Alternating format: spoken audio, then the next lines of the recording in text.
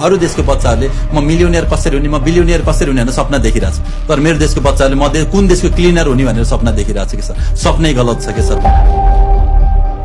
Dozer सिक्ने dozer सिक्ने हैन, बच्चैदेखि कुन देशको क्लिनर हुने भन्ने सोचिरहेको छ कि म अमेरिका गएर क्लिनर हुने कि अस्ट्रेलिया गएर क्लिनर हुने कि दुबई गएर हुने कि हामी क्लिनर हुने हैन, हामी चाहिँ मिलियनियर बिलियनियर हुने, हामी संसार गुरु हुने सपना देख्नु पर्यो कि। सबैले भनेको छ कृषि क्रान्ति गरेर आफ्नो गरौँ न त, केले रोक्यो?